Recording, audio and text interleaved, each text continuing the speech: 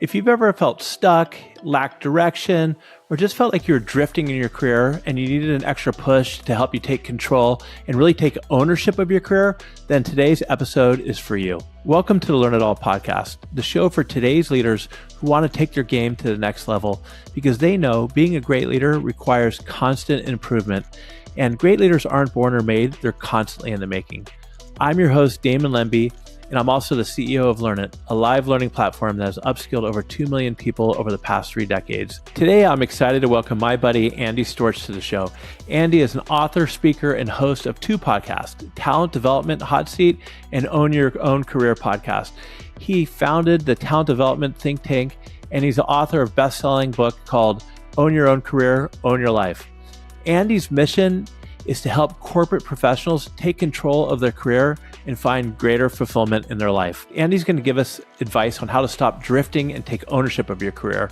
He talks about the importance of self-reflection, self-awareness, and making informed career choices. One of my favorite parts of today's episode is where Andy talks about how you got to learn how to make it so that you're not letting life happen to you, but happen for us, and get rid of this victim mentality. And he's got some great tips and advice on how to maintain a growth mindset. Another can't miss part of this episode is Andy shares how to stay resilient during very challenging times. And he shares his own story on how he was able to beat cancer. You're not going to want to miss this brave approach that he's taken. So let's dive right into this great conversation I had with my buddy, Andy Storch. One thing that we have in common that I want you to share with the audience is that we both had the same childhood dream. And so what was that? That's right, to run away and join the circus. No, my childhood dream was to play professional baseball. I grew up watching and playing baseball, watching a ton of baseball, as well as other sports, college football. But I played a lot of baseball and I watched a lot. My favorite team was the Chicago Cubs. This was growing up in the late 80s, early 90s. My favorite player was Ryan Sandberg, the all-star second baseman for the Cubs. Any older Cubs fans out there will remember those teams. And so I really wanted to be a Major League Baseball player, but I ran into a couple of problems, and I talk about this in my book and a lot of keynotes that I do to kind of illustrate a couple of important lessons. I mean, number one was the odds were stacked against me. So, I mean, I looked it up, and it's like roughly 1 out of every 5,000 kids who play Little League Baseball could go on to get a chance to play in the major leagues, like 0.05%. You were one of those, Damon, who actually progressed along and played college ball and had a shot. I didn't even get anywhere close. But the second thing was I never really, had a plan. I didn't really put extra effort into it. I showed up to practice in the games and I had fun, but I never really went to my coach or my parents and said like, hey, this is my dream. What do we need to do? Do I need to join some travel teams or hire an extra coach or any of that? I just kind of like drifted along hoping that it might happen. And, if I'm honest, I was kind of a mediocre player. So I don't know if I ever would have had a shot anyway. I mean, I had some home runs, but I had a lot of strikeouts too. But what happened was I got to high school at 15 and actually quit playing. And the reason was I thought that the high school team was too good and I wasn't going to make it. And so I just decided I'll just take myself out. I'll avoid that rejection and just quit. And I share that story a lot too, because I've become so big on growth mindset and like trying lots of things. And, it's almost like one of my biggest regrets in life that I didn't even give myself a shot to make the team. I just decided, hey, I'm not good enough, so I'm not even going to go for it. Meanwhile, you kept on trucking on through, right, and played a lot longer than I did. Luckily things worked out okay for me, but I'm okay sharing that stuff now if it can help other people. And one of the big takeaways there, going back to me not really having a plan for it, is that I've learned over the years that a goal without a plan is really just a wish. So it's nice to hope for things. But if you don't have a plan to achieve your big, audacious goals, they're probably not going to happen. No, that's true. And little side note, I kind of feel like you kind of look like Ryan Sandberg. I'll take it. Yeah. But growing up, you took yourself out of the game a little too early, and now you're big on growth mindset. Has that always been the case? So, this idea of growth mindset, for those unfamiliar, it comes from a book called Mindset, the New Psychology of Success by Dr. Carol Dweck, Stanford professor. And what she posited in that book was that people generally operate with either one of two mindsets, a fixed mindset or a growth mindset. And that with a fixed mindset, we generally believe everything in life is fixed. Either you're smart or you're not, you're creative or you're not, you're good at something or you're not, like baseball. And what she found is that people with a fixed mindset tended to shy away from really challenging situations. If they're given the choice between an easy test or a hard test, they'll take the easy test because they're like, hey, I want to do well on this test. I don't want to do poorly. And on the other side, people with a growth mindset believe that we can always learn, we can always grow, we can always improve. And people with a growth mindset tend to gravitate more towards more challenging situations because that's where we learn the most, and believe that like, hey, I can go out for something, and if I fail, that's okay. At least I'll learn from it and know that I gave it a shot. And I read that book in 2016, so 8 years ago. And when I read it, I really had an epiphany. I realized that I grew up with a very fixed mindset, and, not taking anything away from my parents or to say that I couldn't achieve things, because my biggest goal was to get good grades and get into college. And luckily I did that, and I got into really the only school I wanted to go to, which is the University of Florida, which is a pretty difficult school to get into. So I achieved that, but I realized that I was like deathly afraid of failure. And that's why I did things like pull myself out and not try out for the baseball team. And so I really committed to making a big switch after I read this book. And since then, I've been a huge advocate of operating with a growth mindset, teaching others about it. And I've tried so many things that would have seemed so scary to me a long time ago. I started a podcast, actually 3 different podcasts. I hosted a conference, hosted a virtual summit. I published a book. I've hosted other events. I've shared content on LinkedIn almost daily for the last probably 5 or 6 years, having great conversations with people like you and just continually putting myself out there. And, because you've been doing some of this stuff as a business owner and someone with a podcast, and we've chatted already, we're chatting offline, that not all of these things have worked out. I've tried a lot of things that didn't work or didn't go the way I planned, and they didn't hurt me, right? They were learning experiences. Like maybe I lost some money on some things, but I'm still here. And actually, I think they all add up to make me stronger and more capable and better over time. And so I'm really committed to that growth mindset idea, and the idea that with a growth mindset, we don't ever really fail. We just learn, right? Which is one of the biggest and best outcomes we can have.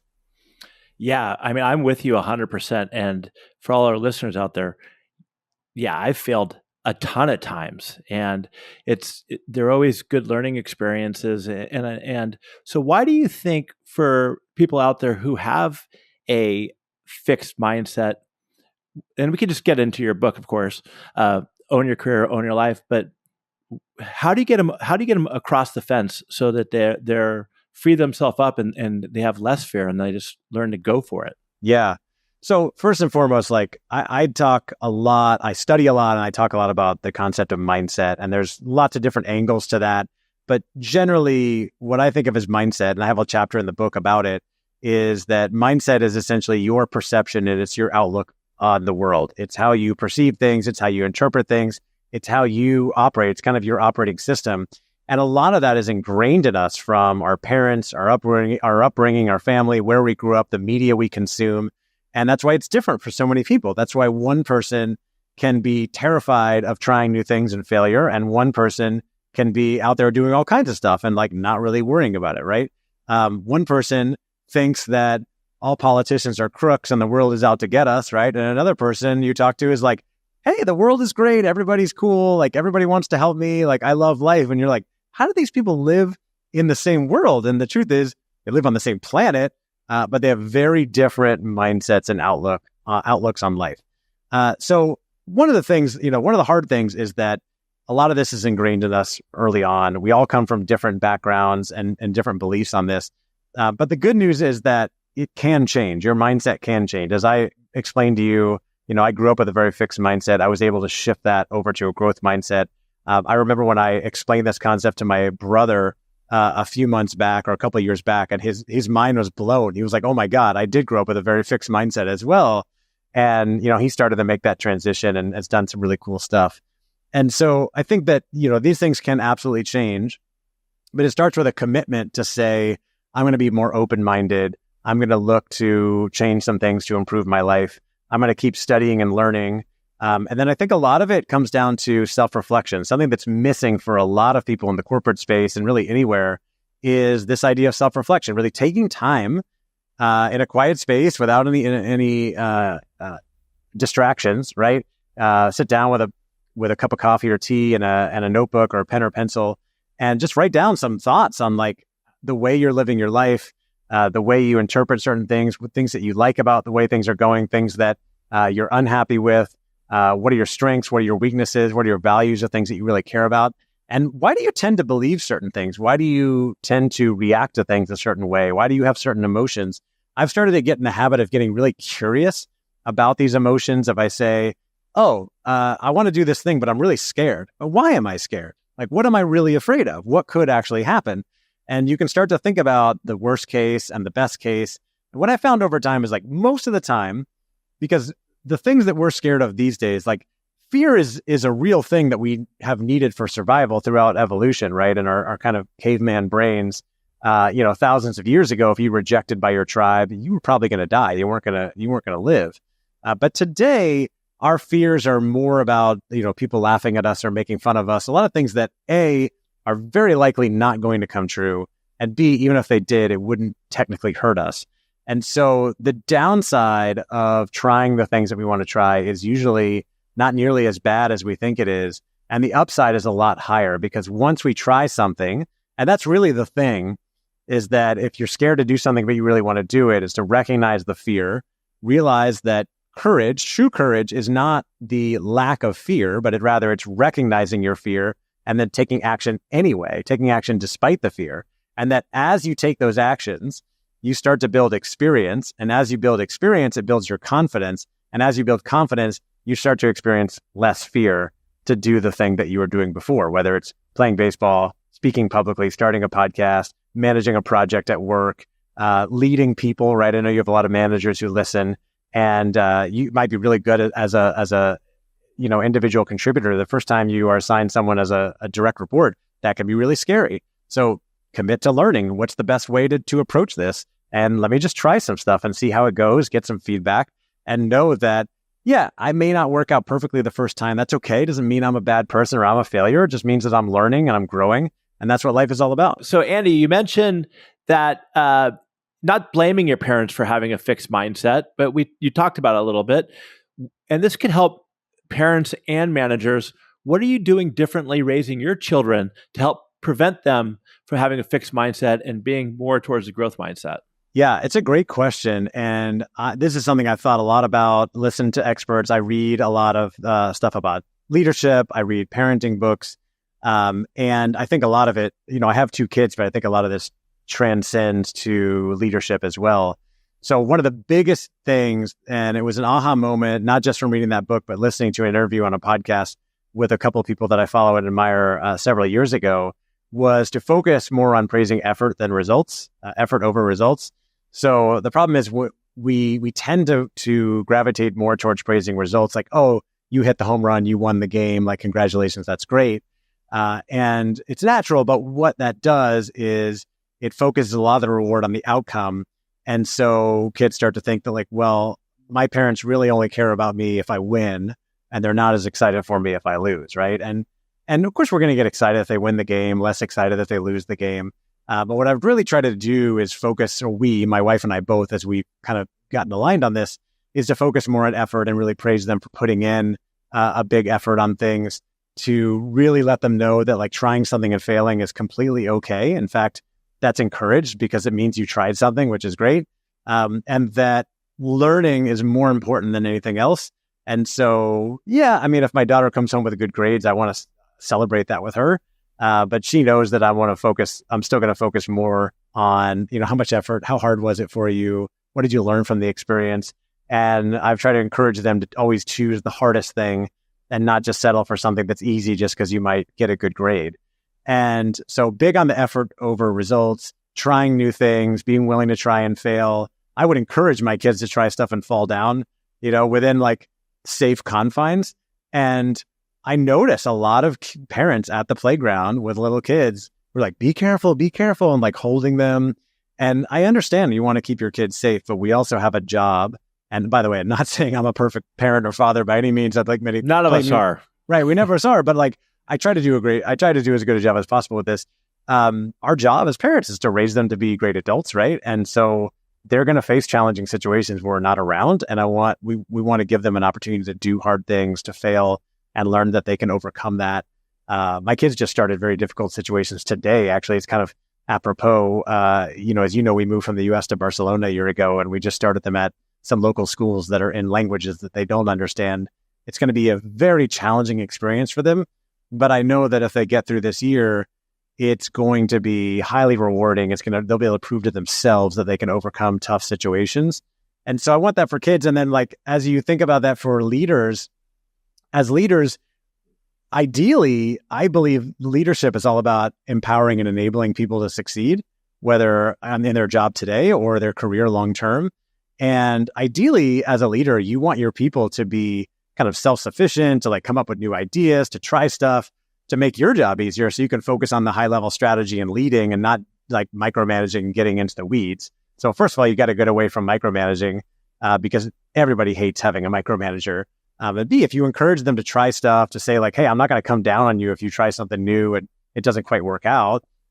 This is how we come up with great ideas. That's how we have more innovation, more creativity. But we have to encourage that and say hey, I really appreciate that you put effort into this. I know it didn't quite work out. Let's see what we can learn from this experience, and really believe that we're always about learning and we're always about growing. And that's kind of the ultimate goal. I think that you're ultimately rewarded with that, and that people feel more empowered and they benefit more from it, whether they're your kids or your direct reports or just people around us. So I'm just big on encouraging that idea of growth mindset and the idea of learning and growth all the time.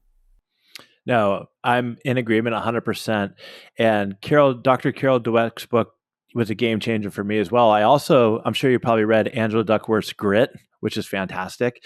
And one of the things she talks about in there, and this goes back to parenting, but also for your team, is a lot of parents, they don't want to have their kids try stuff unless they're going to be perfect at it. Like if they're going to get a great grade.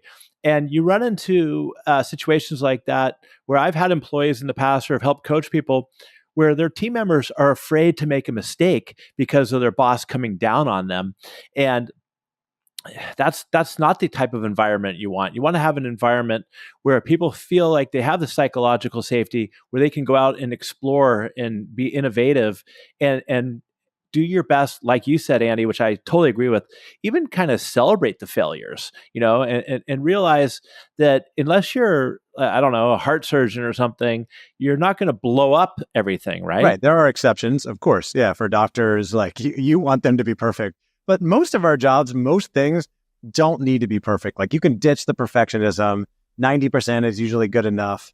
And I also like to put things in perspective and remind people this is not easy. It takes practice over time. One of the examples I like to give is, your kid, or maybe you, right, picks up a dish in the kitchen at home and drops it. It breaks, or they spill a cup of lemonade or milk or water or something like that. And oftentimes our tendencies go what are you doing, you klutz? Almost criticize them or get upset or mad. What? You got to be more careful.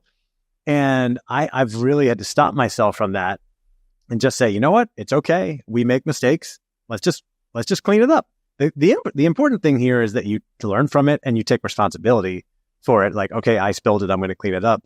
And how can I get so mad at them for spilling drinks when I'm 44 years old and I still spill stuff all the time? So how can I get mad at them, right? But we do that. So I think it's good to kind of zoom out and put things in perspective too. And then also the perspective thing in the grand scheme, what is a broken dish? Who cares? Unless, maybe it's your great-great-grandmothers, that survived World War I and II or something. I could see being upset about that. But otherwise, chances are it's from IKEA. Who cares, right? You can get another one.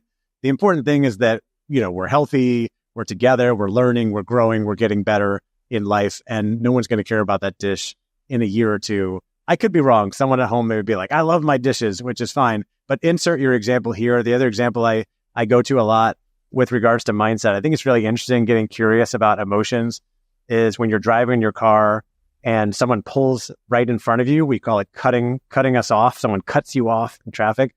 People get so mad. This happened to me last week. I pulled in front of somebody. I wasn't really paying that much attention on the highway. And I pulled back over and they came by and they were flipping me the bird and yelling at me. and this still happens, right? And I'm why?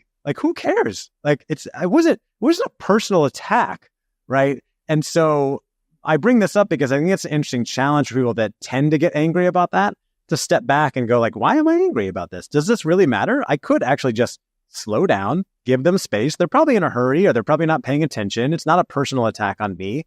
And just go on my way. I don't have to get angry. I don't have to get upset about this.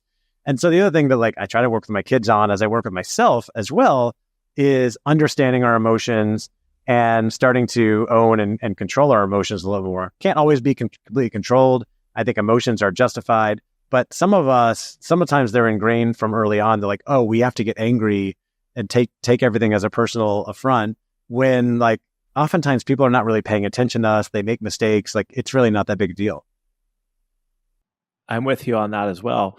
One thing I would add though is sometimes that the person who you cut off, I mean, you don't know what kind of day they're having anyways, right? I mean, it could be, so you can't take it necessarily as a personal offense, because maybe they're just having a horrible day. So you don't really know what's going on in their life. Do you have an example of either a bad boss that would get frustrated with you or not give you an opportunity after like a small failure that our audience could learn from? Oh yeah, I've had unfortunately, some really bad bosses over the years. I've had a couple who were micromanagers who, they ostensibly are giving you autonomy to do something, but then it turns out if you don't do it exactly the way they want it, then they're really frustrated and angry, and they come in and like, you need to redo this or do things my way, or I'm going to have to come in and do it now. And it's really frustrating for you as the employee. And it's equally frustrating for the manager. Like they're creating so much frustration that's unnecessary because that's not their role anymore. The role of a manager is not to do the work generally. The role of the manager is to empower the people on the team that do the work. So, I mean, I've had bosses that were extremely controlling and micromanaging. And then there's the other side. Like if you've ever read the book Multipliers by Liz Weissman, Love it. One of my favorite books. Yeah, amazing book. Liz spoke at my first conference, has become a good friend, Oh, wow. and I've facilitated workshops based on her book, all over the world. And by the way, I used to start those workshops by asking people like, what are the things think about the worst boss that you ever had, the most diminishing boss. What are the things they did? And the most common number one thing that would come up again and again is micromanaging, right? People don't like to be micromanaged.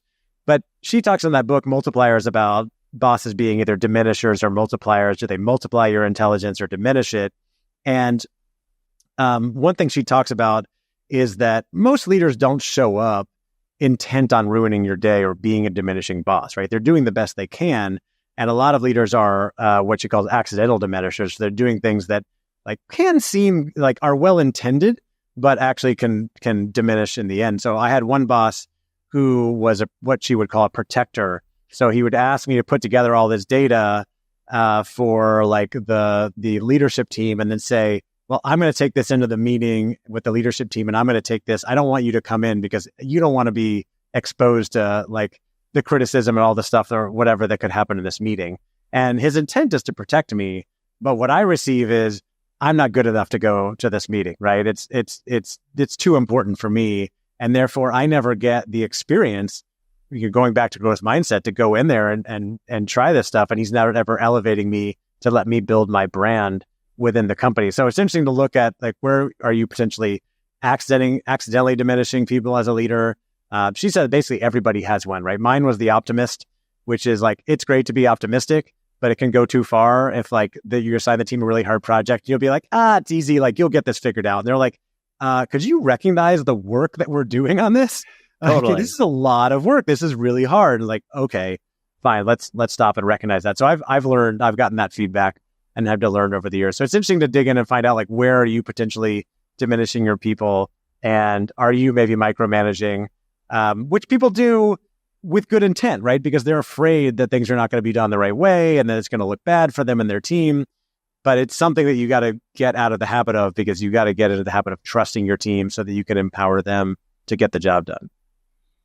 And what's really important about that, and I've had many conversations with leaders over the years, are why go out and hire great talent and then stick them in a box? You stick them in a box and you control them. One, like you just said, they might get frustrated and lose their confidence because like, oh, Andy doesn't think I'm good enough to even be here and do this. And two, especially the younger generations who are all about growth and opportunities are going to be like, I'm just going to leave and find a place because I want to get the opportunities that are going to get me further on in my career.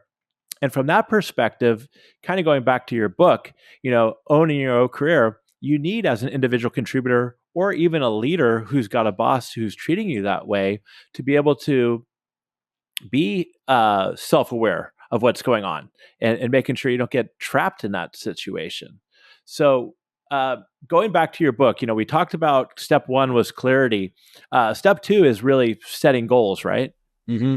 Yeah, so I believe the foundation, first of all, like the whole idea of owning your career is about taking full responsibility for everything going on in your career and your life, no matter what's happening. We absolutely need help from other people. There are lots of things that are outside of our control, but it doesn't help to really sit around and wait. A lot of people are drifting along, waiting for other people to tell them what to do or where to go, whether it be their boss or their parents or somebody else. So the foundation is understanding about the importance of ownership and responsibility, and then doing that self-reflection piece to build more of your self-awareness, understanding who you are and where you want to go. Step one then is to set a clear vision for where you want to go in your career. Think about what you might want to be doing 3 to 5 years out. It doesn't have to be perfect. It can change over time, but it gives you something to work towards.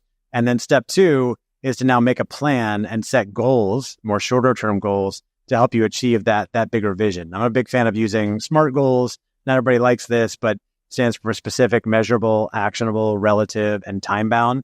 And I think the big keys here are that you get really specific about the goals that you're setting, that you find a way to measure the progress so you know if you're making progress, and then have some kind of timeline or deadline.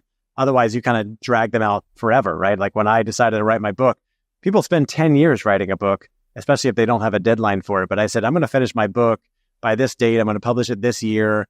This is how I'm going to get it done. And I put a plan in place and set kind of milestones and goals to get that done. And I do that with a lot of things, not perfectly, but I do that with a lot of things to achieve all the big stuff that I've done. And I see other people being successful with that. And then once you have those things in place, you recognize that not everything's going to go as planned. Not everything's going to go perfectly, right? Things may change and will change over time. We know that the economy and the working world is always changing. And so I believe we need to do things that are going to set us up for future success. And I believe there are 3 things that we can always be doing to prepare for the future. Number one is investing in continuous learning. We already talked a lot about the importance of learning. The days of getting that kind of college degree and working in one space for 30 years are kind of over, right? We need to be investing and learning all the time. Number 2 is building your network, right? Building relationships with lots of different people in different places. And then number 3 is building your personal brand, which is essentially your reputation, what people think and feel about you. And as you build that brand, it allows you to achieve more recognition and more success over time. One of the key things you said is that a lot of people, and you talk about this a lot in your book, go through life just drifting. And there's several causes for that. One probably is that they have a victim mentality, right? They feel like that the world's just happening to them. How can you help people shift out of that mentality and, for lack of a better term, get off their ass and be accountable or take ownership? Yeah, I mean, you can't change anybody, right? All you can do, you can lead a horse to water, I guess, as they say. You can't make them drink. But through awareness and through education, through inspiration, showing people that it feels a lot better to take ownership and responsibility for things than drifting along waiting for someone else. You're going to achieve a lot more when you take ownership.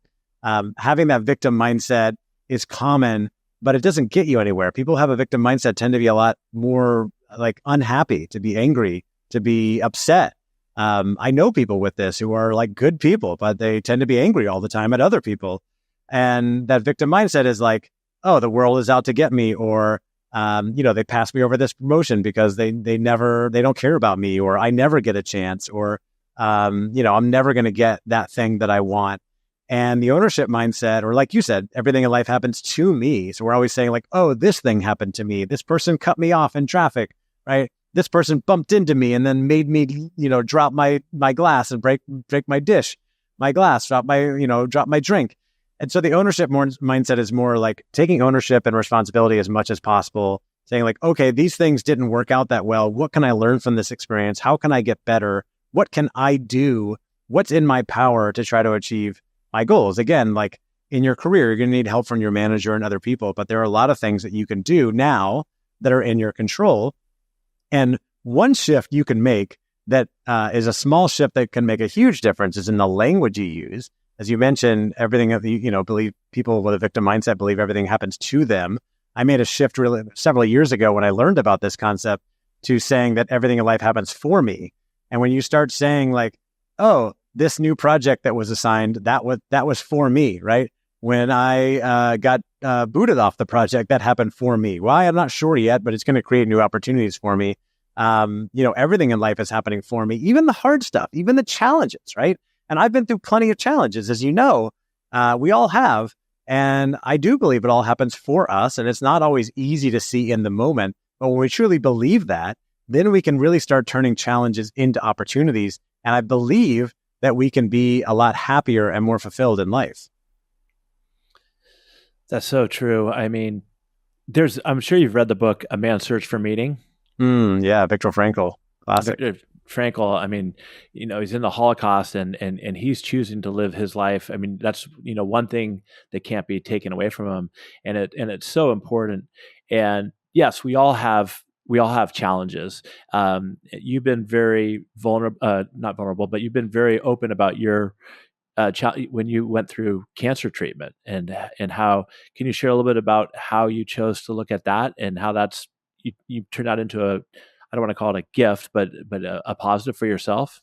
Yeah, absolutely. So in 2020, as I was working on my book, I found out towards the end of that year that I had testicular cancer. And 2 days after I published my book in November of 2020, I had surgery to remove my left testicle and was then found out through subsequent scans that the cancer had spread to my stomach and my neck. And so it had spread across my body, and it wasn't something that I could just do surgery and be done with. And doctors recommended chemotherapy and all this kind of stuff. And I was very frustrated. I found it inconvenient. I'm like, hey, I just published a book. I got all this marketing to do. I don't have time for this. But obviously, sometimes we get signals that we need to stop and take care of our bodies and really focus on, hey, what's the most important thing for me right now? And at that time, it was my health. And I just published this book about owning your career and owning your life. So I committed to taking full responsibility of the situation. And there's some important questions. So I do presentations on this, the 5 questions to ask anytime you face a big challenge or you're facing uncertainty. And we can link to a bonus resource that has these. But the first one is what's great about this. So looking for the silver linings. The second one is what can I learn from this, which is really great when you make mistakes. The third one is what does this make possible? So turning challenges into opportunities. I've got examples for all these things. But the fourth one is recognize what's in my control and what's not in my control. And then number 5 is how can I make the most of this or the best of this?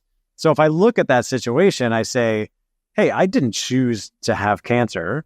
It's a frustrating situation. It's not what I wanted, but I also can't change it. I can't change the past, and I can't change the fact that I have this. So what's in my control? What's in my control is how I respond to it, right? You can't control a lot of things. There are a lot of things in the world that are outside of our control, like politics, the weather, the world economy, even a cancer diagnosis. But what's in our control is how we respond to these things. So I'm going to respond in the best way possible and commit to learning as much as I can about cancer, health, nutrition, and doing everything I can to get healthy and beat this thing. Because not only do I want to live a lot longer, but I have a wife and 2 kids, and I'm going to be around for them. And so I started reading a lot of books. I learned everything I could, like I said, about health, cancer, nutrition. I invested in a lot of alternative and like natural solutions, as well as ultimately deciding to do chemotherapy as well with the doctors. And I went through this saying, I'm going to do everything I can to take ownership of this. I didn't choose it, but I'm going to make the best of it. And I'm going to do all the things that I know will help me get through it quickly, listening to the doctors, as well as switching to a plant-based diet, taking supplements, meditating every day, writing in a journal, focusing on things like gratitude, which we can always come back to no matter what's going on in our life, no matter what challenging things we're dealing with. There are always things we can be grateful for. So writing that down every day. And I got through this, right? And as many people do, I'm completely healthy today. And a friend asked me several months after, like, hey, I read your book. You said you believe everything in life happens for you. Now you've been through cancer. Do you still believe that? And my answer, I hesitated for a moment. And then I said, yeah, I absolutely do believe this happened for me. Maybe I didn't see it in the moment, but I see how it gives me opportunity to gain empathy for others who are going through challenging situations. It gives me something that I can share now to help others who are going through similar situations. And I want to be helpful in life. So with that in mind, for any listeners that may be going through cancer, have a loved one going through, I hope that's not the case. But if it is, I've also created a resource that lays out my experience, my research, my recommendations. It's all at andystorch.com/cancer. So you can link to that. It's right on my website. It's free. You just put in your email and download it. I'm not doing anything with it. I just want to help people, right? I want to do what I can to help people who are going through similar situations. And the thing I would say coming back to that is that it all comes back to taking ownership of your situation and saying, like, maybe I didn't choose this. It's frustrating. It sucks, but I'm going to do what I can to make the best of it, right? And then as you do that with small things, as you go along, like dropping the glass, that trains you to handle the more challenging situations when they come along. And they're still going to be hard, but you'll get through it easier, faster.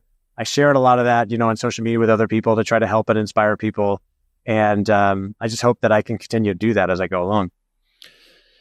Well, Andy, I think you're an incredibly courageous person. And when I was listening to you speak in the past, I heard you say, well, I am going to get through this because I have a wife and 2 kids. And there's just no other way to do it. There's no other outcome. There's no other option.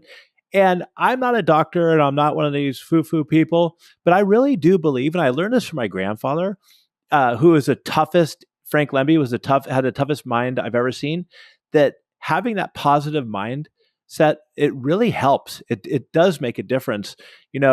Sitting here listening to you, I don't talk about it too much, but a lot of people who know me know that I have a progressive eye condition that, I didn't ask for it. And it's, but it's a situation that I'm going to make the best out of, and also I just like, your kids, I want my kids to grow up seeing that, hey, I'm making the best out of it, So and I want to give back and help people, and just like you are doing too, other people who maybe are recently diagnosed with situations like that. And I just wanted to say I think you're really inspiring, because not everybody. I would say probably, Andy, most people don't handle it the way you do, right? They might just sit there, wake up in the morning, and say, why did this happen to me? Where I bet you wake up and say, why not have this happen to me? Right. I mean, I certainly, right? like, I had that moment, right? There was a moment where I was sitting around, I was like, why did this happen? Why me? Like, why not all these other people? Yeah. And to be quite honest with you, like, I've been big on health and fitness my whole life. Like, I thought I was eating pretty healthy. I was working out all the time, and I'm looking around at a lot of people who are not very healthy in the US. And I'm like, why me? Why not these other people? And, truth is, I don't know the answer, but it was a gift that was given to me. And so what am I going to do with it? Right. I can sit here and be angry and be a victim, but it's not going to change anything. And, what I have, like you said, you mentioned, Viktor Frankl went through the Holocaust, one of the most awful things we could ever imagine in human history. And, he lost his whole family. And as he was going through, he determined that, other people can take everything away from you. Life can take everything away from you, but it can't take away your ability to make meaning out of life. They can't take away your mindset. And, he got to the point where he said, well, I'm grateful that my family, the rest of my family is dead, so they don't have to go through this, right? They're lucky, and I'll go through it for them. And he's inspired millions of people with his work, right? Long since his passing, with his work and his mindset through that. And it doesn't mean that things aren't hard, or that you can't be angry or sad or frustrated. They're hard. These are real emotions, right? You can't, but it can be helpful to think about how he handled that, how other people handle things, and think, okay, this is a situation I can't change. So let me just see how I can make the most of it. And every situation's different. But the other thing I will just say is we all do face challenges. They're all different. And I'm a strong believer that after you get through a certain challenge, whether it's health, relationship, financial, etc., you are now qualified to help other people who are going to go through similar challenges in the future. You don't have to write a whole book about it. You don't have to post on social media. But the more you talk about it and let other people know, hey, I've been through a divorce, or I've lost my parents, or I've gone through a bad breakup, or I have this eye condition, or I've gone through testicular cancer. People in my network, when they find out or they're worried they might have testicular cancer or any kind of cancer, especially related, they reach out to me and they ask my advice. And I love it. I can't solve their problems, but it makes me feel helpful. And it's only because I put it out there that people know. And so if you've been through these other challenging situations, like I said, I don't have the same eye issue. I haven't been through a divorce. I'm very lucky I haven't lost my parents yet, but other people have. And if you're willing to reach out to other people when you're dealing with these challenges, the people who have been through it before can help you. And if you are going through those challenges, you now have the ability to help other people, at least with empathy, but possibly with some expertise on how you got through it as well. Yeah, I would almost even piggyback on that, saying that you're almost responsible after you get through those challenges for, I don't want to go that far, but giving back and helping others. You have a great opportunity for sure. You have a great opportunity. And I've found, similar to what you said, it makes you actually feel better to want to be able to help people go through it, even if it's just the empathy. But people always need or want somebody to turn to. And if you take that from the business side, let's pivot back over to that, where there's people out there who are maybe looking for work or struggling in their career. Being a mentor and helping individuals can go a long way as well. Oh, 100%, right? And I think finding mentors, lots of people are looking for mentors, and it's not always easy. There's no formula for that. A lot of companies are starting mentorship programs, which I love. If you're not in that situation, just reaching out to some people on LinkedIn who are maybe doing the jobs that you want to be doing in the future and just saying, hey, I see you're doing this job. I'd like to do that one day. Can we just have a chat so I can ask you questions about it? Most people are pretty amenable to that. You're not asking them for anything other than advice and like a little bit of their time. And we have the opportunity to help people, again, going back with the things we've been through. So I run a community for talent development professionals called the Talent Development Think Tank. There's a woman in that community named Jess Siegel who got laid off last year.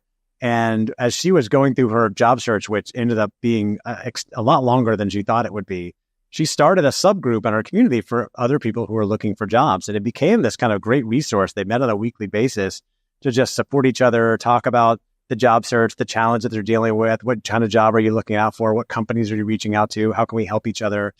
And she ended up helping a lot of people along the way. And then she finally landed a job, a great job. And she already referred another member of our community into that company, got her a job, and has been a great resource for other people who are going through, that layoff, unemployment, that sort of stuff. So using that experience to then help other people, because there are going to be other people going through it, and we're in tough times. And, if you're out there and you're trying to figure out, what am I doing with my career? I'm in this tough period. I would, again, go back to those steps, like start with the self-awareness, build that, what is it that you truly like doing? What do you not like doing? What do you want to do more of in the future? Strengths, weaknesses, values. Start to think about what's that ideal situation, the job or career you'd like to have down the line. Can you put a plan in place? What are some things that would help you get there? And probably one of those things is networking, right? Is going out and talking to people who are doing that, building relationships, and then seeing what opportunities come from that. But I usually think that's the best way to go when you're trying to make that next move to get a different job or grow in your career. Yeah, and I want to add to that you don't need to be out of a job to start reaching out to other people and in the community. I was talking to a friend of mine who's in sales, and it's really tough for him right now. So one of the things that he's done is he's just kind of gone on LinkedIn and he's pinged other salespeople, and they've started their own subgroup and their own community, and they're getting creative and they're sharing ideas, because it's easier to do things as a group and stay positive than try to go as a lone shark on everything all the time. Yep, absolutely. So, and in building a network, which is super important, and you do talk about this a lot, it's a long game, right? It doesn't happen. You have to deal a lot with delayed gratification. But can you share a little bit about some recommendations? And then I want to kind of get into your next book, which is kind of the same thing around the importance of personal brand. But let's talk a little bit about how you can go about building your network. And it's never too late to start building your network, by the way, listeners. Yeah. Oh, it's absolutely never too late, right? They say there's an old adage about networking I always love called, it says dig your well before you're thirsty, right? So start now before you need it. But even if you needed it, there's that also the Chinese proverb, the best time to plant a tree was 20 years ago. The second best time is today. So you might as well start today. I usually recommend starting with the people that you've already met and know, right? Can you reach back out to people you worked with 10, 20 years ago, get to know the people you work in your job with today better, get to know some other colleagues, reach back out to classmates from school and just find out what they're working on, what they're doing. LinkedIn is the best resource always to do this, right? To go look people up and see what they're doing, reach out, connect with them, send a message. And then you can start reaching out to new people as well and say, well, I work in product management. I'd like to know more people in that space, or I work in, data analysis. I like to know more people in that space. You can start looking people up in similar industries, or maybe who are alumni from your school, which is always nice. It's always nice to start with some type of connection, some type of commonality. I think people respond favorably to that. So if you went to the same school, live in the same geographic That's a big area, one, school. Right? Yeah, school is huge, right? If you went to a big university, absolutely take advantage of that and look up alumni. Not everybody necessarily has that opportunity, but there's geography, there's common interests. Maybe you're alumni of the same company, you both worked at Disney in the past or whatever it is. Look for those opportunities, and you can reach out and send connection requests. And I always like customizing those to say, hey, Damon, I saw that you run a successful podcast at a company in the L&D space. I'd like to get something like that going. Can I just reach out and pick your brain or ask you some questions? And he may say yes, he may say no, but it doesn't hurt to ask. And I find most people, especially in the corporate space, are pretty amenable to sharing their kind of thoughts on these things. And if you find a way to offer any kind of value to them, even just asking questions and listening to them, but maybe you can make some type of recommendation, then you become more valuable to them. And you never know, that might lead to an opportunity. You may get on a call and someone might say, hey, actually, we're looking to hire somebody in this role right now. I'm so glad you reached out. Or maybe nothing will come from it. I like to go into these things with as low or no expectations, but I do know there's a lot of opportunities that come from intentionally reaching out or proactively reaching out and having conversations, talking with people. And as my friend Ben Killer likes to say, I think I quoted him in my book on this, he said, you're always just one conversation away from changing the rest of your life, but you just don't know what that conversation is until you have it, right? So you got to go talk to people. Absolutely. And but do you have any good examples or funny stories about what not to do when it comes to trying to build a network? Well, I think people react.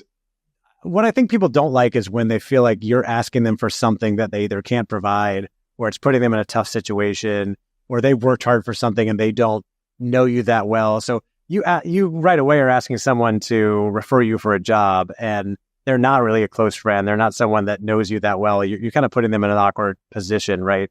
Asking them to introduce you to somebody if they may not know that person that well, or they don't know you that well. So you got to kind of weigh that. There's always an opportunity maybe to get to know them a little better. People don't like if you feel like you're kind of bypassing them, right? I had someone, this is kind of weird. I don't know how this example lands, but someone, an author friend, asked me for an introduction to someone a little bit more prominent than me to write an endorsement for their book. And I was like, I'm happy to help you out. But in my mind, wait, hold on a second. They wanted you to ask somebody else to write an endorsement for their book? Yes. Yeah, exactly. And I like this person. I was happy to help them out. But in my mind, I had the thought of like, well, why didn't you ask me to endorse your book? Right. And I'm an author as well. And I'd be happy to do that for you. And I think it'd be great for me.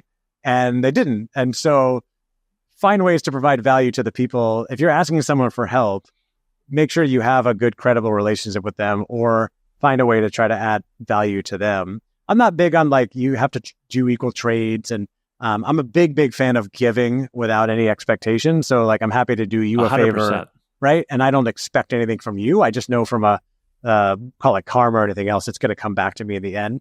So the other thing I would say is, if you want other people to help you, make sure you're always doing things to help others, right? So I'm always looking out for opportunities to be generous and kind and helpful to people in my network. I don't expect anything back from them. But what I've found is over time, it comes back to me in spades, right? Maybe from different people in different ways. I can tell that you take that tact as well, Damon, and I'm sure it's worked out quite well for you. So I would say those are like the big things. I had a weird one the other day, but I hesitate to even say it. But basically, someone kind of wrote me a really nice note about a guest I had on my show and thanking me, and it was very heartfelt, and it seemed to be about one thing.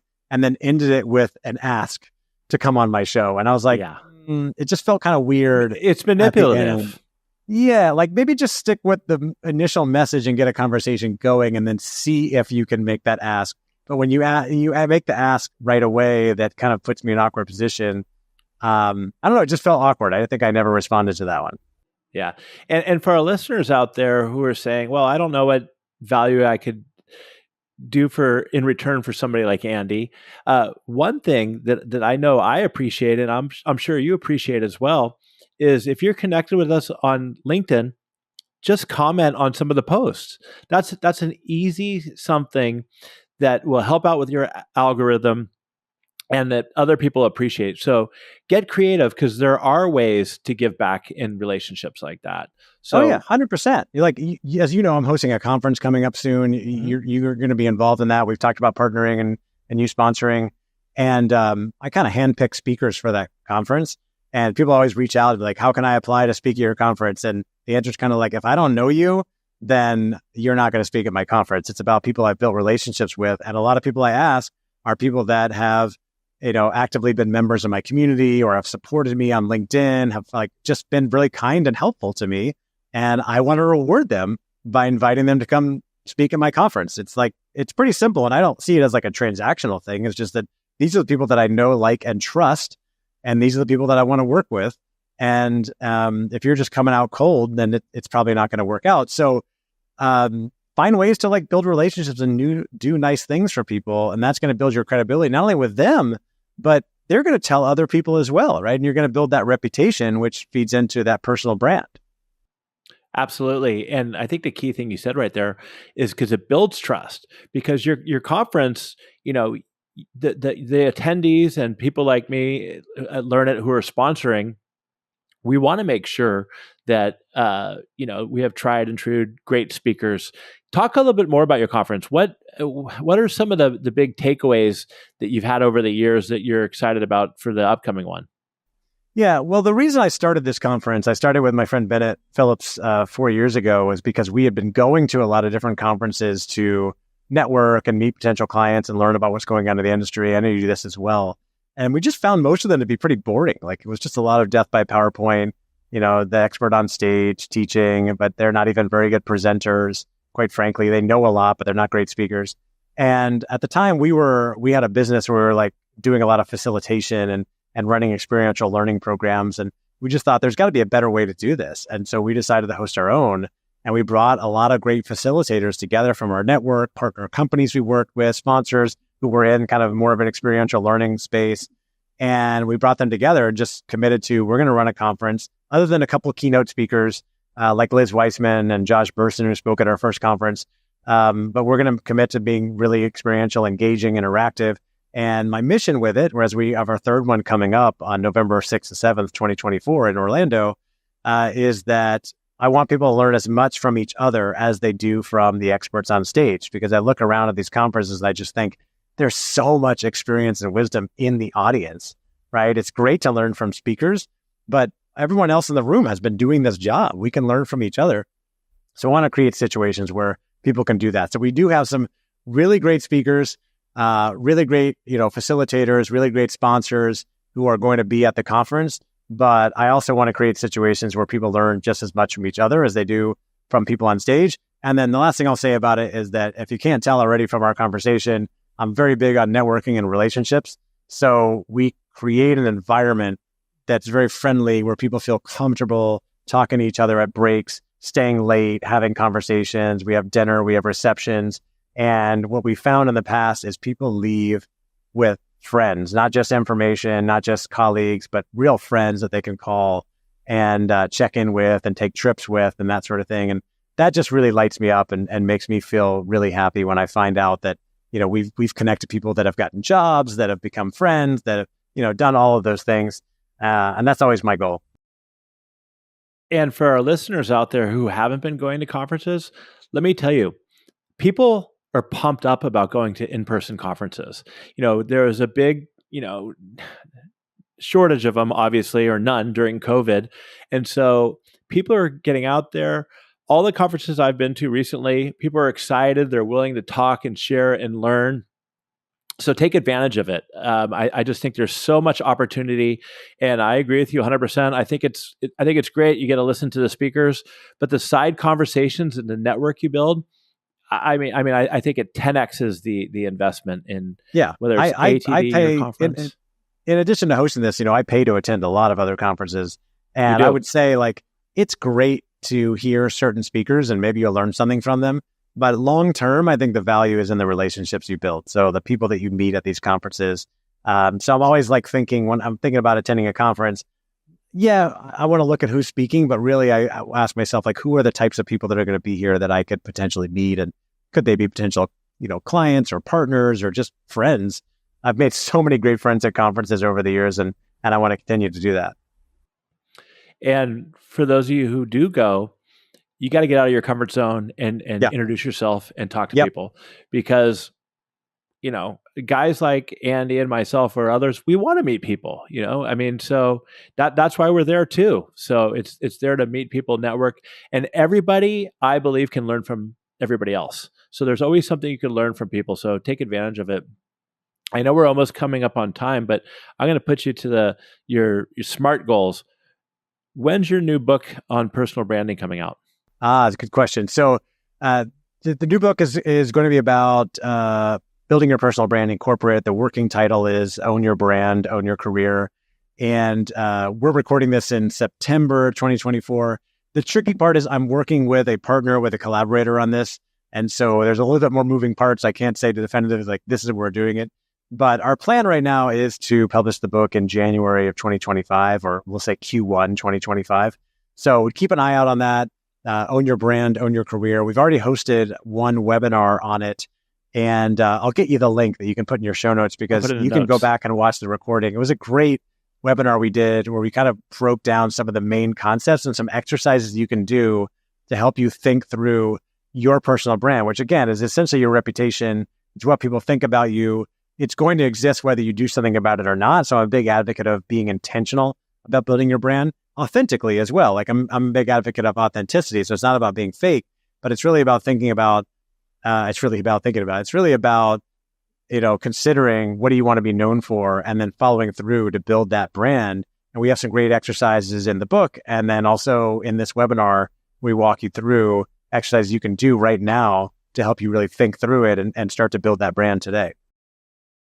I will put the link in the show notes, but can you share with us one of those concepts?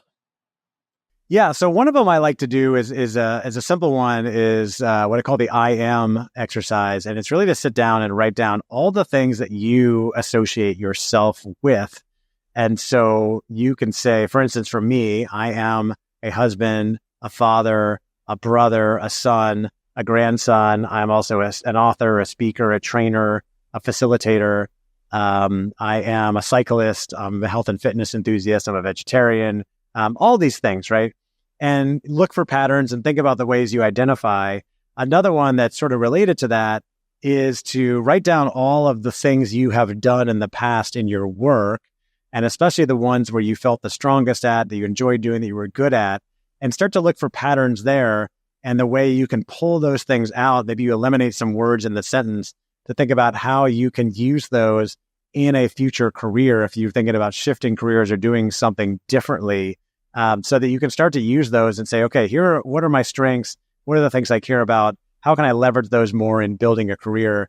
And then one more I would say is the simple one that I do in workshops a lot, which is just to ask yourself, what are like 3 or 4 things that I want to be known for, right? Is it hard work, integrity, inspiration, kindness, energy, etc.?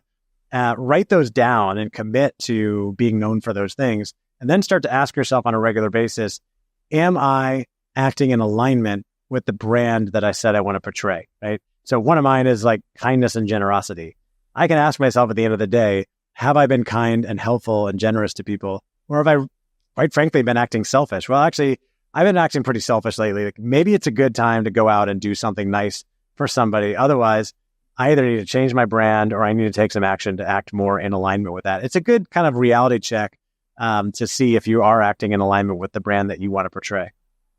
It's kind of like organizations with their core values, making sure that you're living towards those values. I think that's great. And it goes back to what you talked about in your first book, which is about self-reflection and really, I guess, being honest with yourself as well as, are you actually being authentic and are you doing what you say you're going to do and aligning it with it? I got one more question before I let you go. Your book came out when? 2020? November 2020. Yeah, we're coming up on 4 years. So what has changed for you is anything changed for you since you wrote that book about the content in it? Like, have you had a different perspective on anything? So, I mean, my life has certainly changed because I had a kind of a vision that I want to go build a career as a speaker, build a business as a speaker and trainer. And I wasn't quite there yet.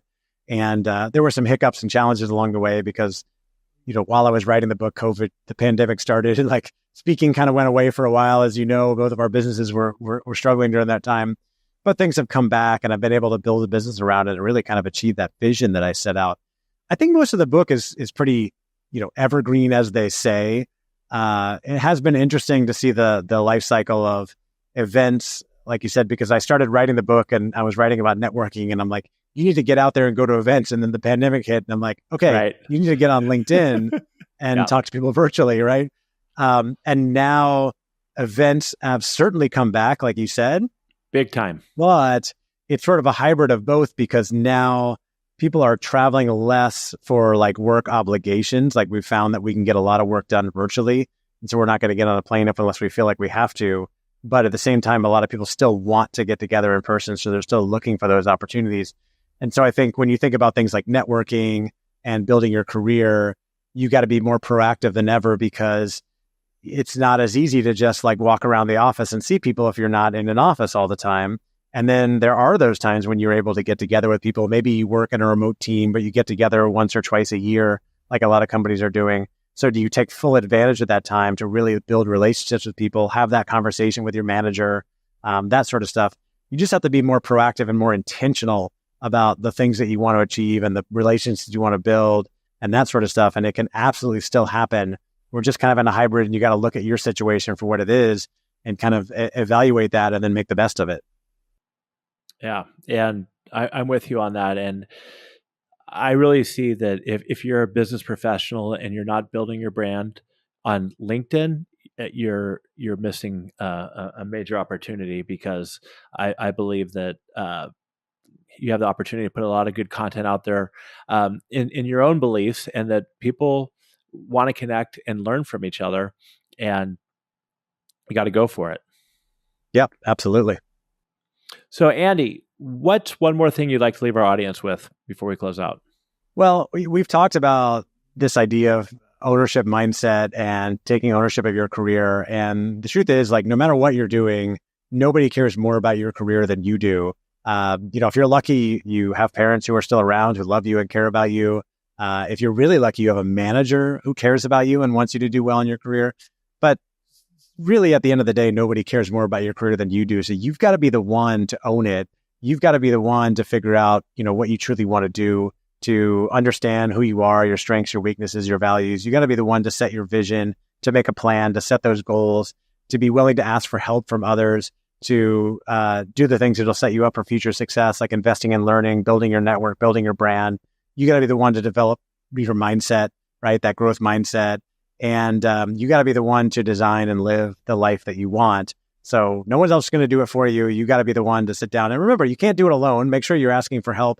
You're leveraging other resources, but make sure you're taking ownership as well. That's great. So, I mean, we could go on for hours, but this has been great. We've covered everything from the importance of having an ownership mindset, staying away from the victim mindset. Don't drift through your career. And I like what you say that a goal without a plan is really just a wish. And so much more, the importance of lifelong learning, getting out there and networking. So this is all great stuff. You have a ton of great resources out there, both free and paid. Can you share with our audience where they can connect with you at? Yeah, absolutely. So the book is Own Your Career, Own Your Life. It's available on Amazon.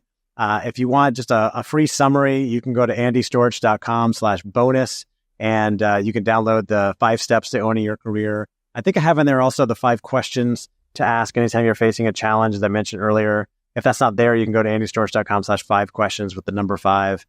You got the cancer guide on there I mentioned, but everything is on my website, andystorch.com. Very active on LinkedIn. I've got 2 podcasts as well, including the Talent Development Hot Seat. So feel free to follow along and reach out and let me know you heard me on Damon's show. Yeah, and you should check out Andy's podcast, Own Your Career. He's got a lot of great solo episodes out there that I think are great learning opportunities. And so for our audience, if you enjoyed our conversation today, what I'd like you to do is I'd like you to go to your platform and I'd like you to text it to somebody who can get value out of this. Maybe somebody you know who's got a fixed mindset or going through a tough time, and share this with them because I'm sure that they'll get value out of it. So until next time, I'd like everybody to remember to, hi, who do we have there? Hi. This is Lucy, just coming in at the end. Wait a second. Hi. Lucy, how old? I know we're still on air, but how old are you, Lucy? 10. Because I have a 7-year-old named Lucy as well. So No the way. 2 of you need to talk sometime. All right, everybody. Until next time, stay curious and keep learning. Have a great day. Bye. Bye.